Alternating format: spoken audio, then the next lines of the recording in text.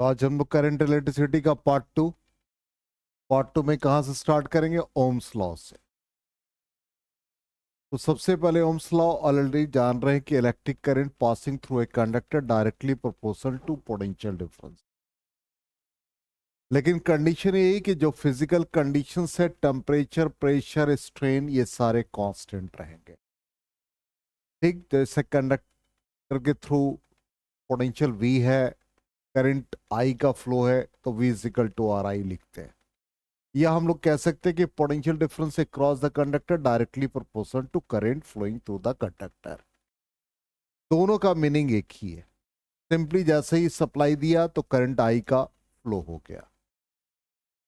अब एक graphical representation देखते हैं जो verification of Ohm's law practical application है। तो वी और आई के बीच में ग्राफ स्ट्रेट लाइन है, ऐसा ग्राफ आ सकता है। दूसरा आ सकता है वी आई के बीच में। इसमें दोनों में फर्क ये है कि इस वाले ग्राफ में पोटेंशियल को एक्स एक्सिस पर रखा है, इसमें पोटेंशियल को वाई एक्सिस पर रखा है।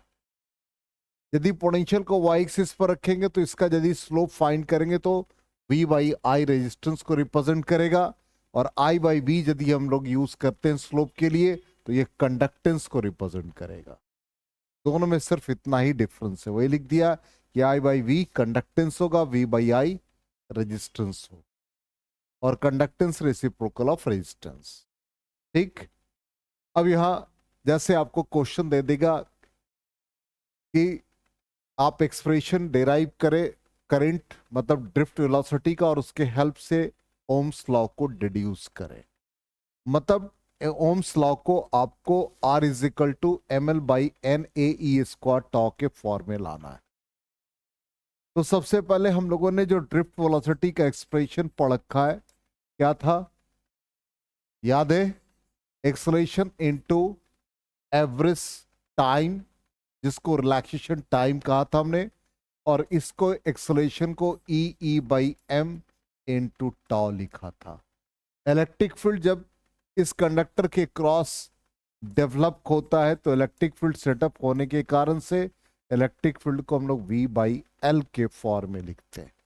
इसलिए यहां पर इलेक्ट्रिक फील्ड पोटेंशियल के टर्म में लिखेंगे तो ई बाई एम, और ये potential by length into relaxation time, average relaxation time. दूसरा हम लोगों ने करंट का वैल्यू पढ़ रखा है N E A V D के फॉर्म में। तो वीडी का जो वैल्यू है वो इसमें हम लोग पुट कर देंगे। ड्रिफ्ट वेलोसिटी का वैल्यू जो पहले एक्सप्रेशन में है EV by m l into tau. अब यहां से हम लोगों को v बाई आई का रेशियो निकालना पड़ेगा जो रेजिस्टेंस को रिप्रेजेंट करता है। तो इसे v बाई आई का वैल्यू निकालेगा तो देखिए क्या आ रहा है, ध्यान दीजिए। v बाई आई का वैल्यू जब निकालेंगे तो ये ml नोमरेटर में हो जाएगा। जल्दी बताओ क्या क्या टर्म आ रहा है, जल्दी बताओ। ml by n a e square into tau. इसका मतलब ये v बाई आई रिप्रेजेंट हो रहा है रेजिस्टेंस से, तो r is equal to ml by n a e square tau. अब ये जो क्वांटिटी है लेंथ और एरिया को छोड़ दे तो रिमेनिंग क्वांटिटी आपका ये सारा क्वांटिटी कांस्टेंट है, और ये नेचर ऑफ द मटेरियल पर डिपेंड करता है, जिसको हम लोग रेसिस्टिविटी कहते हैं। तो यहां तक आपको एक्सप्रेशन को डेराइव करना है। तो पहले तो आपने ड्रिफ्ट वेलोसिटी को डेराइव कर दिया, ये लंबा क्वेश्चन हो जाएगा, और फिर नेक्स्ट स्टेप में आप ओम्स लॉ को डिड्यूस कर सकते। ये पूरा आपको एक कंप्लीट क्वेश्चन बनता है। आगे समझ में? तो यहां पर वही लिख दिया v बाई आई, और ये रेजिस्टेंस को आपको डिफाइन। अब रेजिस्टेंस यहां पर टर्म आए कि रेजिस्टेंस क्या है? Opposition offered by the conductor to the flow of current. इसलिए हम इसको कह सकते हैं कि ये एक ऐसा प्रॉपर्टी है किसी कंडक्टर का जो करंट को लिमिट करता है, जो डिवाइस यूज करेंगे। तो R is equal to rho l by a, ये हमारा रेजिस्टेंस का एक्सप्रेशन आया जिसमें रो रेसिस्टिविटी और इसका वैल्यू m/n/e² था और resistivity nature of the material पर डिपेंड करता है और ये इंडिपेंडेंट ऑफ लेंथ, एरिया या डायमेंशन से इंडिपेंडेंट होता है। अब पहला कंडीशन आता है कि रेजिस्टेंस के केस में यदि कोई कंडक्टर है उसका लेंथ चेंज कर जाए तो resistance directly proportional to square of the length होता है। ये ऑलरेडी हम लोगों ने पहले पढ़ रखा, फिर भी यहाँ पर रिकॉल कर ले। रेजिस्टेंस से जो क्वांटिटी चेंज कर रहा है उसी क्वांटिटी से नोमरेटर और डिनोमिनेटर में डिवाइड कर दे तो ये लेंथ स्क्वायर बन जाएगा और नीचे एरिया इनटू लेंथ वॉल्यूम को रिप्रेजेंट करेगा। तो resistance directly proportional to square of the length, इसलिए ये रिलेशन आ जाएगा R1/R2 is equal to L1² directly हम लोग प्रॉब्लम बनाने में इसको यूज कर लेंगे। दूसरा कहता है कि यदि एरिया चेंज होगा तो इस फॉर्म में आपको दिमाग में रखना है। एरिया चेंज कर गया तो वही हमने कहा कि जो भी क्वांटिटी चेंज करता है उसी क्वांटिटी से नोमरेटर डिनोमिनेटर में मल्टीप्लाई कर देते हैं। तो यहां पर लेंथ L/A है तो एरिया से मल्टीप्लाई कर दिया और एरिया से डिवाइड कर दिया, जिसमें ये रेजिस्टेंस यहां पर वॉल्यूम है तो ये वॉल्यूम कांस्टेंट हो जाएगा और नीचे A² बन गया तो ये बन जाएगा ρV/A²। A² को हम लोग πr² के फॉर्म में लिखेंगे। इसका मतलब रेडियस टू द पावर 4 के इनवर्सली रिलेटेड आ गया, इसलिए ये रिलेशन आ जाएगा। और डायमीटर को हम लोग लिख सकते हैं या रेडियस को डायमीटर के फॉर्म में लिखेंगे तो d/2 आ जाएगा, तो पावर उतना ही रहेगा। अब इससे रिलेटेड क्वेश्चन का पैटर्न देखते हैं क्या रहता है। जैसे कह देता है wire is stretched so as to change its length by 0.01%, find the percentage increase in resistance. तो सिंपली रेजिस्टेंस यहां पर देख लीजिए, लेंथ वेरिएबल है तो जब लेंथ वेरिएबल है तो डायरेक्टली फॉर्मूला हमारा ये आ जाएगा R directly proportional to square of the length. अब यहां पर जब भी ऐसे क्वेश्चन रहे परसेंटेज वाले तो लॉग से आप बनाएंगे। हमने प्रीवियस क्लास ही बता रखा है तो दोनों तरफ लॉग ले लेंगे तो ये लॉग R हो जाएगा और हम लोग इज इक्वल टू यूज कर लेते हैं। इसका पावर 2 है तो ये 2 log L हो जाएगा। डिफरेंशिएटिंग बाय इटसेल्फ तो डेल्टा R/R हो जाएगा 2 डेल्टा L/L और ये 100 से मल्टीप्लाई कर देंगे तो ये परसेंटेज एरर के फॉर्म में आएगा। यहां भी 2 डेल्टा L/L इंटू 100%। ये वैल्यू हम लोगों को क्वेश्चन में गिवन है 0.01%। ये वैल्यू डाल देंगे तो 2 इंटू 0.01% इट बिकम्स 0.02%। इतना पॉजिटिव वैल्यू आया, इसका मतलब परसेंटेज इंक्रीज कर गया 0.02% से। ठीक, आंसर भी चेक कर लेते हैं। नेक्स्ट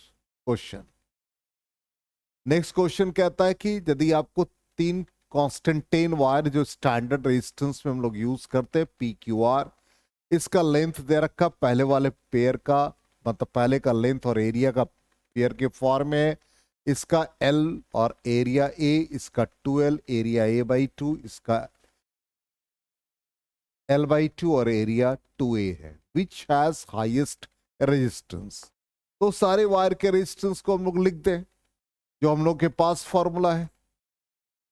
तो रेजिस्टेंस P वायर का क्या आ जाएगा, ρL/A है तो L पहले वाले का L हो गया।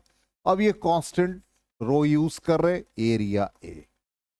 अब P के बाद Q वाले पर आ जाए तो रो आ गया, ये 2L हो गया, एरिया A/2 है तो ये नोमरेटर में चला गया 2 अब ये रेजिस्टेंस आ जाए R वायर के लिए, रो लेंथ L/2 हो गया, एरिया 2A। तो ऑब्वियसली सबसे लिस्ट ये वैल्यू और Q सबसे ज्यादा है तो फॉर्मूला में पुट करना है, रिजल्ट आ गया। तो Q has highest resistance. Next question आ जाए, कहता है wire has resistance 4 ohm if the length of the wire becomes double of its initial value then find its new resistance. नया रेजिस्टेंस क्या होगा। तो सिंपल है कि यहां पर लेंथ चेंज कर रहा है तो लेंथ चेंज कर रहा है, तो रेजिस्टेंस हमसे पूछा गया है, तो पहले वाले के लिए R1 लिख दिया और लेंथ L1 लिख दिया। दूसरा वाला रेजिस्टेंस हमको फाइंड करना है, इसको हम लोग L2 यूज कर लें। ऐसे बस प्रोपोर्शनलिटी के फॉर्म में लिख देते हैं। तो ये L1 स्क्वायर, या डायरेक्टली फॉर्मूला यूज कर ले, और नहीं तो स्टेप बाय स्टेप लिख दें। तो ये आपका 4 ओम है, R2 हमारे लिए अननोन है, लेंथ L1 स्क्वायर हो गया। L2 का वैल्यू देखिए double of its initial value, तो 2L1 हो जाएगा। अब यहां पर ये R2 is equal to 4 times, और ये L1 स्क्वायर कैंसिल हो जाएगा, तो 4 से मल्टीप्लाई, इट बिकम 16 ओम। तो ऐसे क्वेश्चन टिप्स पे बनने चाहिए। ये सब पूरी प्रैक्टिस होनी चाहिए, जिससे आपको कहीं दिक्कत ना हो। अब कहता है next question, wire has resistance 4 ohm. Resistance को आपने क्या कर दिया, हाफ ऑफ रेडियस को, half of its initial value. तो अभी जस्ट हम लोगों ने रेजिस्टेंस और रेडियस के बीच में रिलेशन पढ़ा, R1 by R2 is equal to R2 square by R1 square हो गया। ये हमारा क्वेश्चन में दे रखा 4 ओम, हमको न्यू रेजिस्टेंस फाइंड करना है। R2 becomes half of its initial value, तो R1 बाई 2 हो गया, डिवाइड बाई R1 का स्क्वायर हो गया। तो ये R1 स्क्वायर बाई 4 हो जाएगा, और ये 1 बाई R1 स्क्वायर हो गया। ये कैंसिल हो जाएगा, और अच्छा R टू द पावर 4 है, सॉरी तो ध्यान नहीं दिया, थोड़ा फ्लो में चल दिए। ये पावर 4 है, एरिया के स्क्वायर के डायरेक्टली है। कोई बात नहीं, टाइम पर हम लोगों ने इसको चेक कर लिया। तो ये R1 by 2 to the power 4 है, फिर मिस्टेक हो गया, स्क्वायर लिखने की हैबिट हो गई। I into 1 by R1 to the power 4। तो इससे फाइनली हमारा ये रिजल्ट आ गया, R1 to the power 4 cancel, ये आ गया 16 ना। चलिए ठीक है, तो R2 is equal to 16 into 4, 64 ohm आ जाएगा।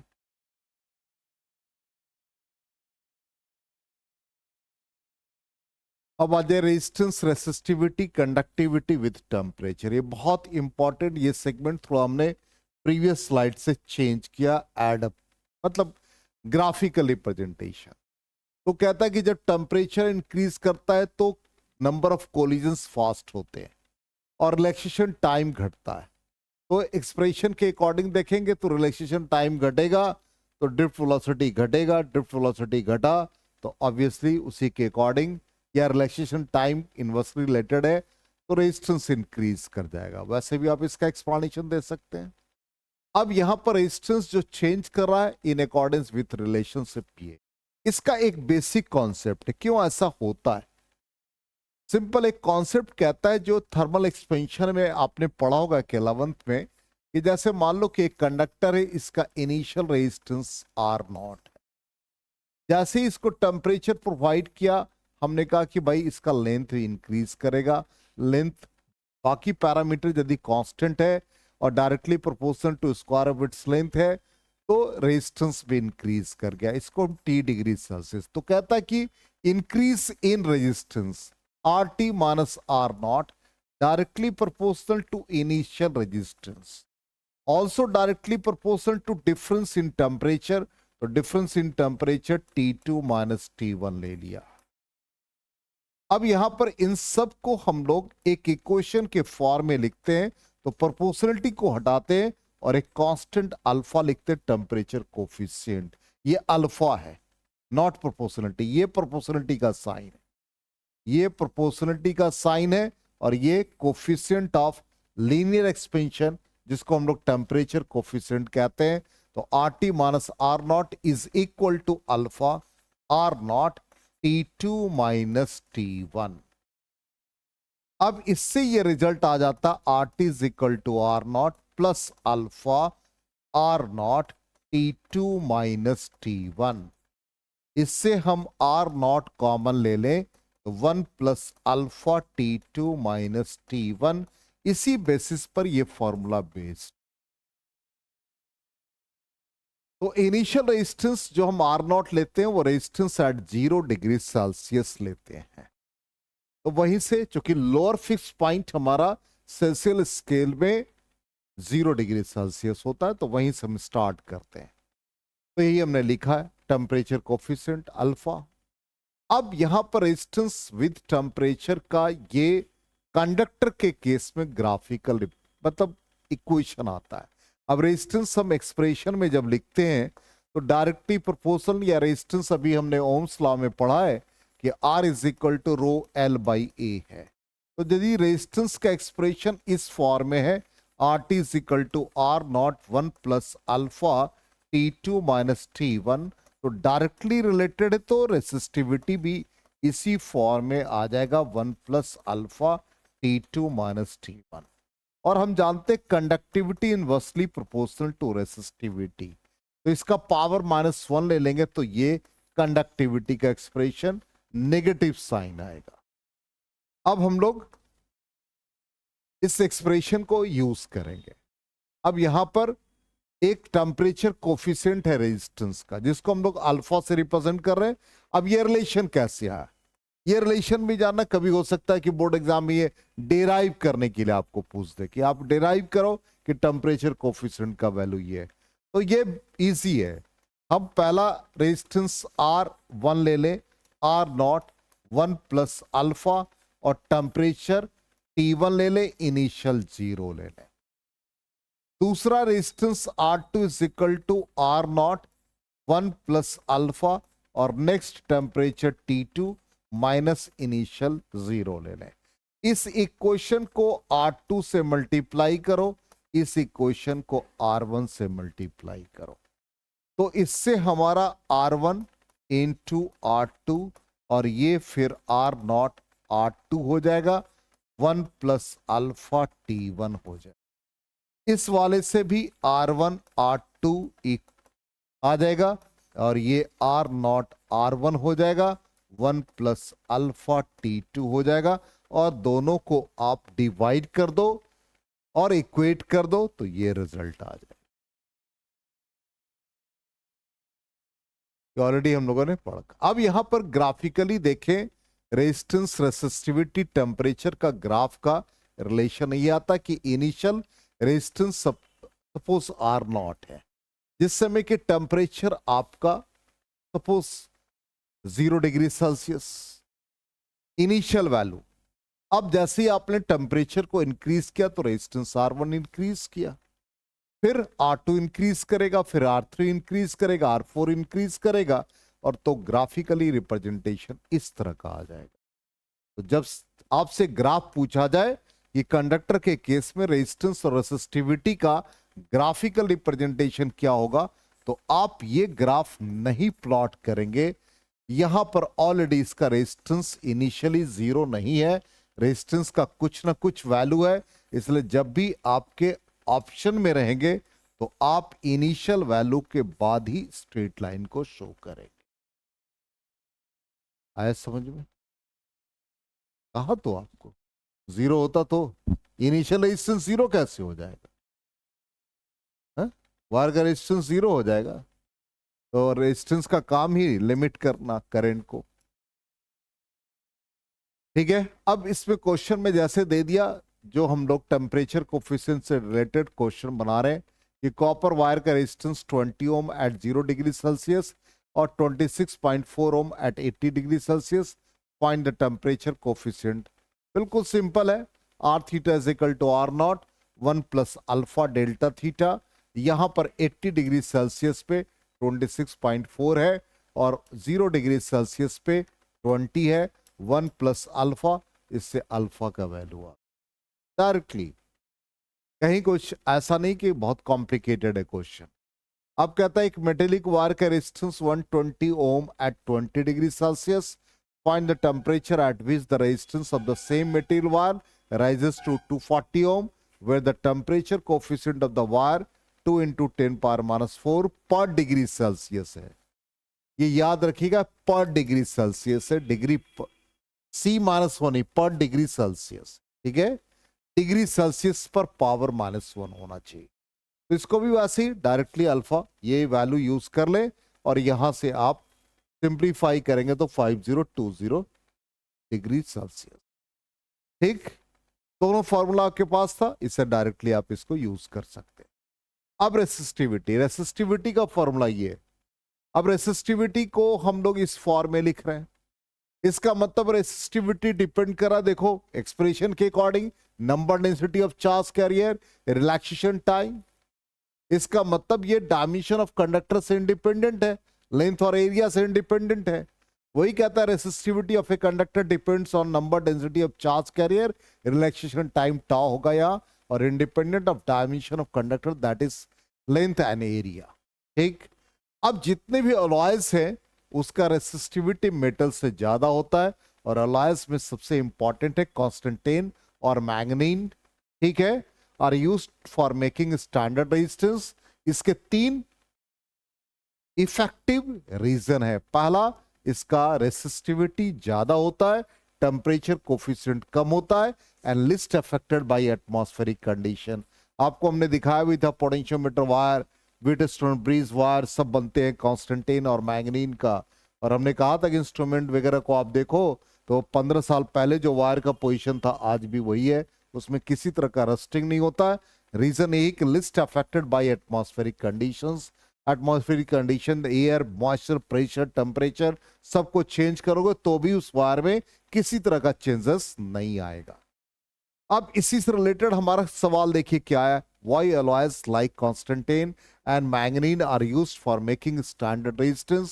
रीजन आप तीनों लिख सकते हैं। ठीक, यदि 2 मार्क्स में तो तीनों रीजन, 1 मार्क में तो 2 रीजन सफिशिएंट है। ये तीनों रीजन आपको दिमाग में रखना है।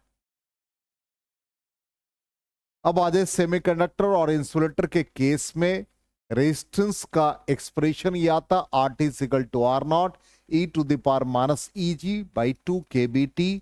नेगेटिव साइन है, याद रखिएगा, पावर एक्सपोनेंशियल का नेगेटिव है, नॉट पॉजिटिव। इसका मतलब सेमीकंडक्टर के केस में जैसे ही टेम्परेचर हम लोग बढ़ाते हैं तो उसका रेजिस्टेंस, रेसिस्टिविटी घटता है और कंडक्टिविटी बढ़ता है। तो कंडक्टिविटी में एक्सपोनेंशियली पावर पॉजिटिव आ जाएगा। ठीक, ये हमने लिख दिया। अब इसका graphical representation, e to the power x का ग्राफ, आप लोग मैथ्स के स्टूडेंट हैं, e to the power minus x, e to the power plus x. Exponential graph आपके दिमाग में होना चाहिए। जब भी डीके होता है तो e to the power minus x का ग्राफ ऐसा होता है, और ग्रोथ के कंडीशन में e to the power plus x का ग्राफ का नेचर ऐसा होता है। ये चीज आपको दिमाग में रखना। अब उसी के अकॉर्डिंग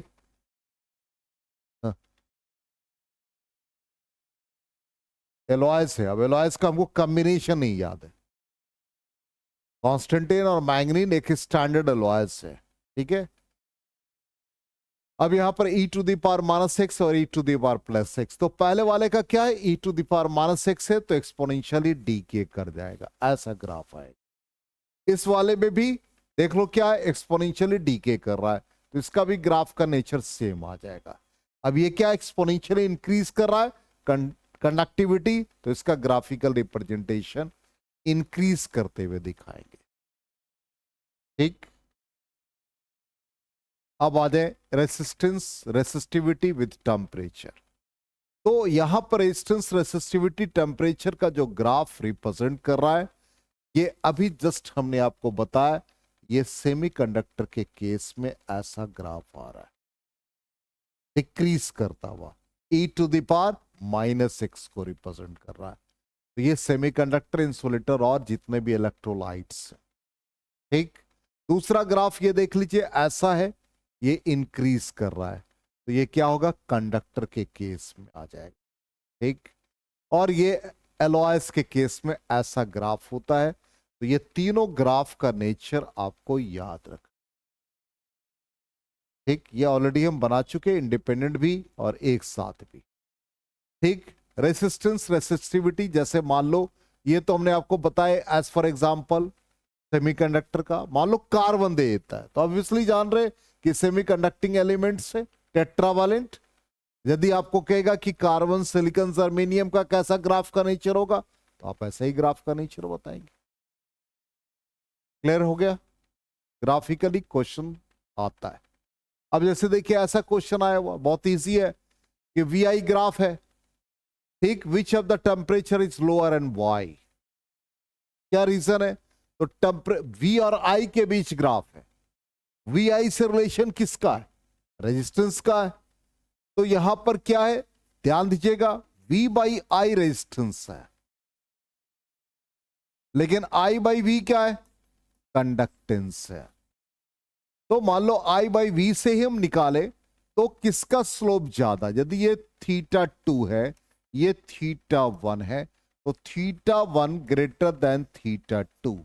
थीटा स्लोप को बताता है, इसका मतलब I by V for graph 1 larger than I by V for graph 2। I by V means conductance 1 का लार्जर कंडक्टेंस 2 से, तो रेजिस्टेंस इनवर्सली है, तो R1 लेस देन R2। आ गए समझ में? क्लियर? 100%। इसका मतलब किसका? टेम्परेचर लोअर होगा, रेजिस्टेंस डायरेक्टली रिलेटेड है ना, रेजिस्टेंस डायरेक्टली रिलेटेड है, तो किसका temperature lower? T1 less than T2। Answer verify कर लो, गलती होगा तो तुम लोग जिम्मेदार है। T1 लेस देन T2, ठीक है। अब नेक्स्ट क्वेश्चन आ जाए, जैसे कहता है कि वेरिएशन ऑफ, आपको ग्राफ में रेसिस्टिविटी टेम्परेचर का एक टिपिकल सेमीकंडक्टर का ग्राफ बताना है। टिपिकल सेमीकंडक्टर का ग्राफ का नेचर बताना है। तो सेमीकंडक्टर का टिपिकल ग्राफ हम तो सिंपली सिलिकॉन, जर्मेनियम, कार्बन का बताए कि भाई एक्सपोनेंशियली डिक्रीज कर रहा है। तो ऐसा कोई ग्राफ होगा कि डिक्रीज भी कर रहा हो, इंक्रीज भी कर रहा हो, कहीं निगेटिव रेजिस्टेंस भी दे रहा हो, पॉजिटिव रेजिस्टेंस भी दे रहा हो। तो ऐसा गैलियम आर्सेनाइड का कंपाउंड फॉर्म में आता है, जिसमें निगेटिव रेजिस्टेंस भी होता है, पॉजिटिव रेजिस्टेंस। और बताया भी था गैलियम आर्सेनाइड फॉस्फाइड यूज करते हैं किसके लिए? एलईडी बनाने के लिए और सोलर सेल के लिए। तो वही ग्राफ यहां पर है, देख लीजिए, टिपिकल है। नॉन लीनियर रीजन आया, ठीक, तो यहां से क्या हुआ, इंक्रीज करते हुए दिखा रहा करंट वोल्टेज के बीच ग्राफ, और यहां पर क्या आ रहा है? Negative resistance. तो टिपिकल ग्राफ है, इसलिए ऐसा आपको किसी में नहीं मिलेगा, सिर्फ इसी के केस में मिलेगा। और आंसर भी दिख दिया है, गैलियम आर्सेनाइड। आ गया समझ में? अब देख लीजिए, यहां पर कहता है show on a graph the variation of resistivity with temperature for a conductor and semiconductor. Already बता दिया। How does one explain this behaviour in terms of number, density of charge carrier and relaxation time. तो already हम पढ़ चुके हैं कि temperature को बढ़ाने से रिलैक्सेशन टाइम घटता है, और उस कंडीशन में रेसिस्टिविटी इंक्रीज करेगा। और जब रेसिस्टिविटी इंक्रीज करेगा तो in case of semiconductor number, density of charge carrier increase कर जाएगा। क्लियर?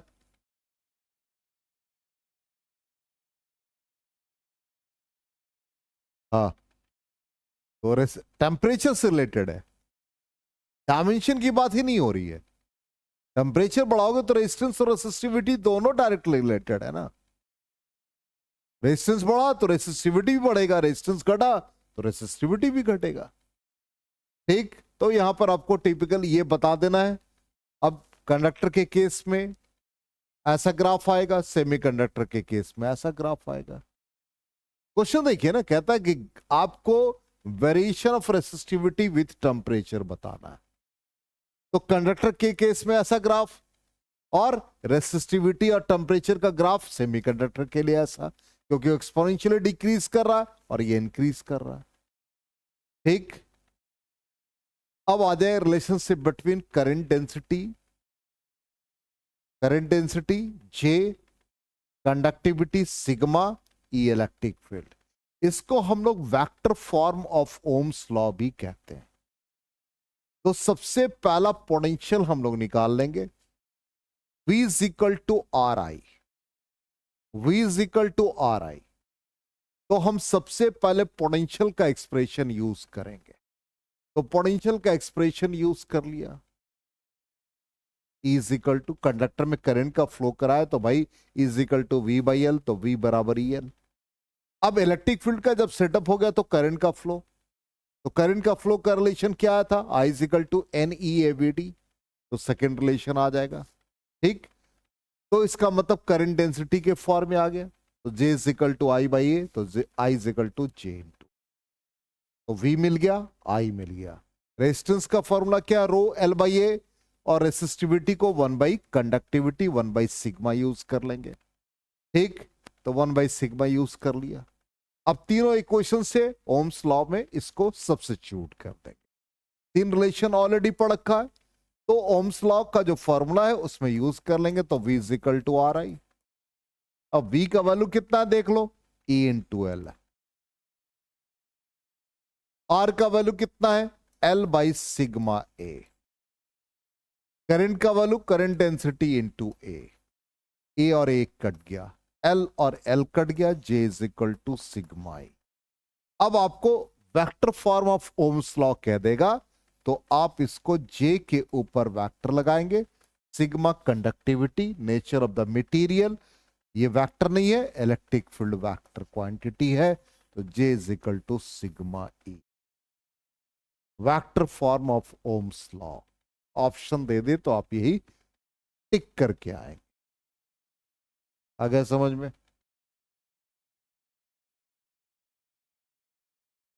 तो फाइनली हमको ये रिलेशन मिल गया।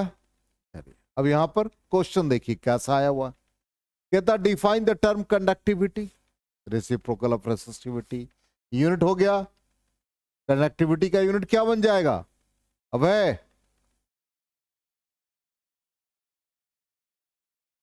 और क्या, अरे सिंपल है, रेसिस्टिविटी का क्या यूनिट बना,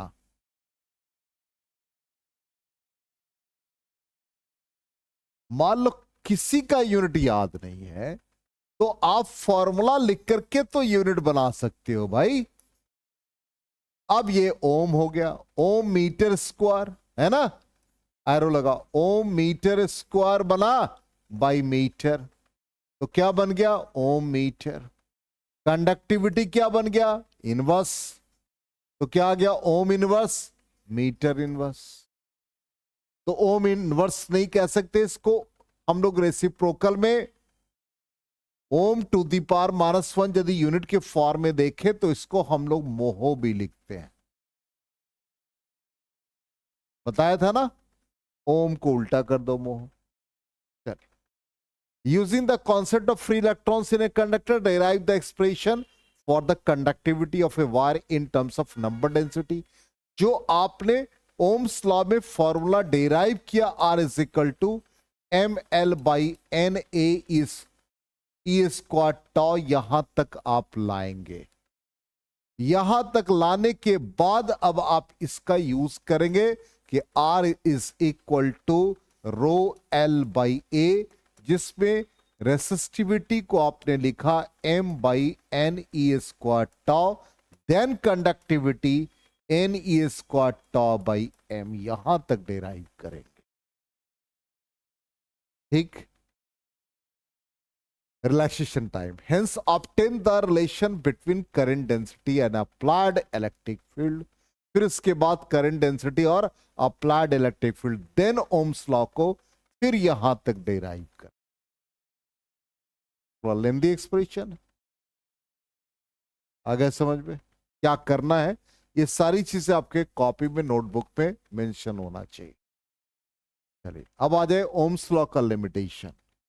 तो हम लोग इस पे दो तरह के कंडक्टर को या कंडक्टर को दो पार्ट में एक तरह से डिस्टिंग्विश कर लेते हैं। एक ऐसा है कि जहां पे ओम्स लॉ वैलिड है, उसको हम लोग ओमिक कंडक्टर्स कह देते हैं। जहां ओम्स लॉ वैलिड नहीं है, नॉन ओमिक। तो ओमिक कंडक्टर के लिए वी आई ग्राफ लीनियर होना चाहिए और ओरिजिन से पास करना चाहिए, और बाकी जितने ग्राफ लीनियर हो नॉन लीनियर हो उससे कोई मतलब नहीं। ओरिजिन से पास करेगा, लीनियर होगा तो ओमिक कंडक्टर होगा। तो वही हमने यहां पर लिख दिया है कि जो ओम्स लॉ को ओबे करता है वो ओमिक कंडक्टर है। ठीक, वी आई ग्राफ होल्ड करेगा, और वो ओरिजिन से पास होना चाहिए। नॉन ओमिक कंडक्टर जो ओम्स लॉ को ओबे नहीं करता है। इसमें ग्राफ नॉन लीनियर भी हो सकते हैं, लीनियर भी हो सकते हैं। ठीक, जैसे मेटलिक कंडक्टर के केस में वी आई ग्राफ देखो, यहां से लेकर के यहां तक गया तो भाई इनिशियली तो स्ट्रेट लाइन था, फिर बाद में जाके कर्व हो गया। तो यहां पर ये नॉन लीनियर शो किया इस पार्ट पे, इनिशियली लीनियर है लेकिन ओरिजिन से पास नहीं कर रहा है, तो ऐसा मेटलिक कंडक्टर के केस में आ गया। तो ये नॉन ओमिक कंडक्टर हो गया। वाटर वोल्टामीटर, वोल्टामीटर एक ऐसा डिवाइस है जिसमें इलेक्ट्रोलिसिस प्रोसेस होता है। वाटर का जब डिसोसिएशन होता है तो उसको वाटर वोल्टामीटर कहते हैं। इसका ग्राफिकल रिप्रेजेंटेशन देखें तो इनिशियली इसका अपना कुछ ना कुछ ईएमएफ है, इसलिए वी के किसी पार्ट से ये स्टार्ट होगा। तो ये वाटर वोल्टामीटर भी नॉन ओमिक कंडक्टर में आ गया। तीसरा है पीएन जंक्शन डायोड। ऑलरेडी हम लोगों ने पढ़ा कि वीआई ग्राफ इसका एकदम एक स्पेशल कैरेक्टर देता है, तो ये नॉन ओमिक के केस में आ गए। ठीक है, इतने नॉन ओमिक कंडक्टर हो गए। आप इसमें इलेक्ट्रोलाइट भी ऐड कर सकते हो, जंक्शन डायोड यूज कर सकते हो, ट्रांजिस्टर यूज कर सकते हो। ये सब डिवाइसेस है जो नॉन लीनियर को रिप्रेजेंट करते हैं। Colour code for carbon resistance बहुत इंपॉर्टेंट है। ठीक, ये आपके शायद सीबीएसई बोर्ड से हटा दिया गया, लेकिन एंट्रेंस में तो आना ही है, और बिहार बोर्ड का ये पेटेंट क्वेश्चन है, एक क्वेश्चन मिलेगा ऑब्जेक्टिव। इसमें यहां पर ये चीज आपको याद रखना, जितना भी ये आपने लिखा है इसमें हम सिंपली इस फॉर्मूला को याद रखेंगे कि जो कलर बैंड है, दो कंसेक्यूटिव कलर बैंड, पहले वो डिजिट को, सिग्निफिकेंट फिगर को रिप्रेजेंट करेगा, तीसरा वाला मल्टीप्लायर को, और चौथा वाला टॉलरेंस को। अब इसको याद करने के लिए एक टेबल हमने बनाया। ये टेबल याद नहीं रखना है, ये टेबल यहां से आपको याद हो जाएगा अपने आप। BB Roy of Great Britain has very good wife. ठीक, ऐसा होता नहीं है प्रैक्टिकली, लेकिन हम यहां याद रख सकते हैं। तो बीबी रॉय, ठीक, तो जितने कैपिटल लेटर वाले हैं, प्रैक्टिकली नहीं कहने का मतलब ऐसा वो खुशकिस्मत इंसान है, इसलिए हमने कहा। तो बीबी रॉय यहां पर कैपिटल लेटर वाले सारे जो हमने यहां पर ये येलो कलर से रिप्रेजेंट किया, या मस्टर्ड जो भी कलर कह दे आप, ये सारे कलर रिप्रेजेंट करेंगे या बोल्ड लेटर या कैपिटल लेटर कलर को रिप्रेजेंट कर रहा है। तो यहां पर पहला लिखा बी, फिर बी रॉय के लिए आर ओ वाई, फिर जी ग्रेट ब्रिटेन में अंडरलाइन है, ब्रिटेन में ये अंडरलाइन है बी, वेरी में वी अंडरलाइन है, और गुड में जी अंडरलाइन है, और लास्टली जो जिसका कि मीनिंग हम भी नहीं जानते क्या होता, वाइफ का मीनिंग आज तक हमको नहीं समझ में आया, तो वो यहां पर लिखा हुआ है। अब हाँ, उसका मीनिंग आप समझ नहीं पाइएगा। हाँ, उसको समझने के लिए आपको 7 जन्म लेना पड़ेगा, हाँ, तब जाके आप समझेंगे। हाँ, आजकल वो देखा फेसबुक पर भी बहुत सारे रील बनते हैं नहीं, हाँ, उसमें लिखा ना कि वो बिल्कुल उसका प्रॉपर डेफिनेशन ही अजीब सा है। वाइफ और पाकिस्तान में बड़ा एक रिलेशनशिप है, दोनों कब अटैक कर दे पता ही नहीं चलता है। ठीक है ना, वो प्रॉपर डेफिनेशन है। जैसे कल की ही बात है, कल कुछ सामान बोला गया, गए तो बोला ठीक है नहीं लाए, कोई बात नहीं। तो हमने सोचा कि एक्सपेक्ट किया कि खाना मिलेगा, टाइम पर नहीं मिला, 1 घंटा बाद मिला। तो इमीडिएट आपको रिएक्शन मिलता है, इमीडिएट। तो black, brown, red, orange, yellow सब कलर हो गए, green, blue, violet, grey, white. Repeat करना है। यहां पर याद रखने का तरीका, अब जैसे आप कह सकते हो कि सर बी रॉय में बी ब्लू से भी स्टार्ट होगा, नहीं, डार्क कलर से स्टार्ट करना है। ठीक, तो बी से ब्लैक हो गया, फिर ब्राउन, ब्लू भी नहीं आ रहा, हमने कहा डार्क से, तो ये black, brown, red, orange, yellow, फिर ये आपका आ गया ग्रीन, फिर ब्लू आ जाएगा, और वॉयलेट आ जाएगा, फिर ग्रे, और फिर व्हाइट। अब ये कलर आ गए, तो इसको हम सीक्वेंस में लिखेंगे, होल नंबर को यूज करेंगे, 0 से स्टार्ट करेंगे। ठीक, तो 0, 1, 2, 3 अप टू 9। ये सारा हमारा, ये जितना भी यहां से यहां तक का सेगमेंट है, ये सब ए बी के लिए है नंबर, और 10 के ऊपर इसका जो पावर होगा वो सी थर्ड बैंड। और यहां पर गोल्ड सिल्वर नो कलर के लिए टॉलरेंस है 5%, 10%, 20%, ये डी वाले पार्ट के लिए हो। अब एग्जाम्पल, जैसे हमारे पास a b c d 4 colour है। अब 4 कलर में हम ए पहला है तो ए जो भी कलर दिया रहेगा वो इसमें ढूंढेंगे नंबर में, बी भी नंबर में ढूंढेंगे इनटू फॉर्मूला देखो क्या लिखा, 10 का पावर सी, ए भी यहीं से मिलेगा और सी 10 का पावर मिलेगा और डी टॉलरेंस। ठीक, अब यहां पर जैसे example brown wallet blue gold, अब इसका हम लोग रेजिस्टेंस निकालते हैं। तो ब्राउन यहां पर हम मार्क कर रहे हैं, ये आ गया, तो ब्राउन पहला है इस फॉर्मूला के अकॉर्डिंग, बिल्कुल इसी फॉर्मूला को याद रखना है, A B into 10 to the power C plus minus D. तो पहला ब्राउन है ए की जगह पर, ब्राउन देख लीजिए 1 हो गया। ठीक, उसके बाद दूसरा वॉलेट है बी है, वॉलेट के लिए अब आपके पास 7 है इंटू 10 का पावर सी, थर्ड कलर हमारा ब्लू है, ब्लू के लिए 10 का पावर 6 हो गया, प्लस माइनस गोल्ड है और गोल्ड के लिए टॉलरेंस 5%, ये हमारा रेजिस्टेंस का वैल्यू आ गया। अब इसको हम लोग वेरीफाई कर ले तो 17 इंटू 10 पावर 6 प्लस माइनस 5%। ठीक, दूसरा हम लोग देखते हैं क्या कहता है, ग्रीन रेड ब्लू सिल्वर, बताओ ग्रीन के लिए कितना आ गया, 5 आ गया। ठीक, रेड के लिए 2, तो 52 into 10 to the power, blue के लिए 6 प्लस माइनस सिल्वर 10%, तो देख लीजिए आंसर भी हमारा वही है। ठीक है, एक लास्ट देख लेते हैं, ब्राउन वॉलेट ब्लू, ब्राउन आपके लिए 1 हो गया। ठीक, वॉलेट के लिए 7, तो 17 into 10 to the power, blue के लिए 6 हो गया, प्लस माइनस नो कलर 20%, तो ये हमारा फाइनल रिजल्ट आ जाएगा। आ गया समझ में क्लियरली? तो ये पार्ट हम लोगों का कंप्लीट हो गया और नेक्स्ट पार्ट, ठीक है, इसके बाद इलेक्ट्रिसिटी का लास्ट पार्ट है, कोशिश करेंगे सेल्स, ग्रुपिंग ऑफ सेल्स और ये सारे पार्ट को एक साथ कर देना।